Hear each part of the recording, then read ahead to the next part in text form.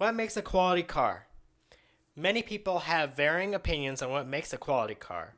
Some people value high tech the most, while some people value high reliability the most in cars. It's great to have both, but sometimes you have to make compromises. Your interpretation on what makes a quality vehicle depends on what features you want and how much you are willing to spend on repairs. In this video, I will discuss both equally valid opinions. In 1997, the Toyota Camry was the best-selling car in the US, and it has remained the best-selling car for the next 12 years. Toyota has proven to be very reliable and practical. Many 20-year-old Camrys can still be seen on the road today. But not everyone is so fond of the Toyota Camry. Top Gear automotive journalist Jeremy Clarkson seems to think poorly of this car. The Camry? Sounds like a type of soap.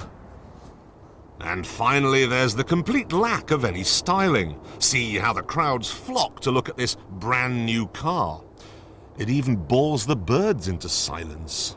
Many people like Jeremy Clarkson view the Toyota Camry as a low-quality vehicle and that it's boring and not fun to drive. 20 years later, the looks of the Camry have changed, and it even handles better and it looks more interesting. People still deem the vehicle as boring. After all, a Camry is still just a Camry.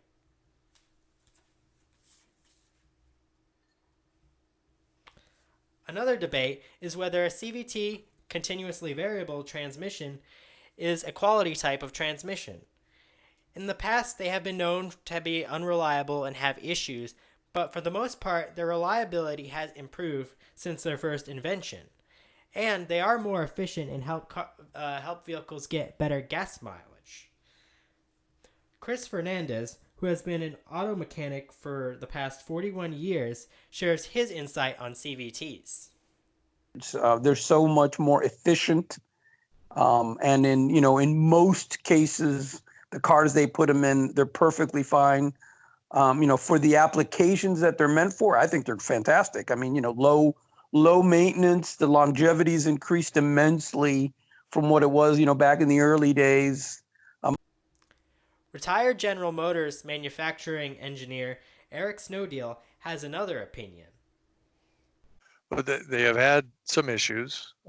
They're not, and of course, right now they're low volume. So anything that's low volume in the auto industry means it costs more. So when you throw a term in there of value, the value isn't there yet. Regardless of their opinions, CVTs are becoming increasingly popular in modern vehicles. They aren't going away anytime soon.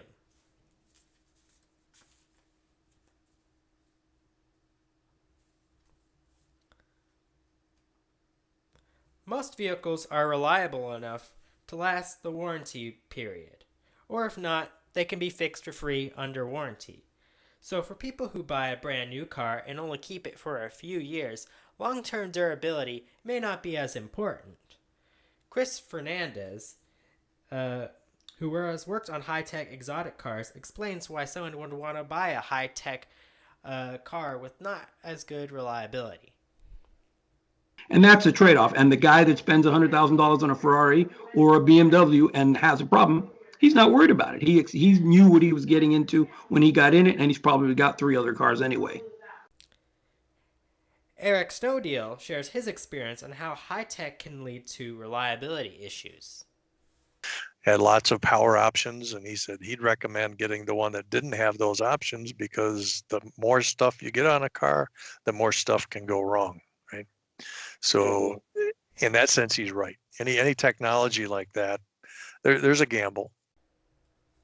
There are cars with equally competent power and sportiness as a Ferrari or a Lamborghini, but are so much more reliable, such as the Nissan GTR, which isn't quite as reliable as a Camry, but compared to the reliability of other exotics, it might as well be. David, an exotic auto specialist, shares his opinion on the Nissan GTR. If you buy one of these, you won't be disappointed. It's also in the car clubs that I'm a member of in the local area. On the forums when we post, it's always a running joke. My Ferrari broke down. should have bought a GTR. Chris Fernandez believes Ferraris have higher quality because of their technology. This is what he thinks. My gut says the Ferrari is probably going to have better overall quality, but we both know the GTR has an incredible level of technology. So again, like we were talking about earlier, I imagine the drivetrain in the GTR is going to be bulletproof, but the body, the interior, materials, this is where they're going to, they're going to cheap out there because they're not selling a Ferrari. They're selling a Nissan. A lot of times, a vehicle's name isn't itself a luxury feature. It sort of it acts as a status symbol, and it brings recognition to the person who owns the vehicle. Many auto manufacturers will have the same car with different brand names and also different features that apply to different demographics. Luxury vehicles that are based on non-luxury vehicles are usually easier to repair and cheaper to get parts for. So it's possible to get a car that is both reliable and luxurious with plenty of tech features. But these type of luxury cars are often considered boring and not fancy enough. So people might want to buy from a brand that specializes in luxury vehicles, or they might want to lease it instead so they don't have to worry about the drastic depreciation.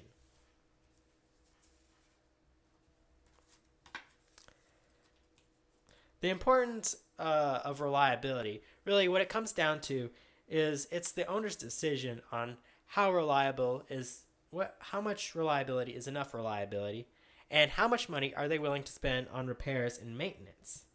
There is hardly such a thing as a bad modern vehicle, but some modern vehicles can have reliability issues, especially used high-tech vehicles.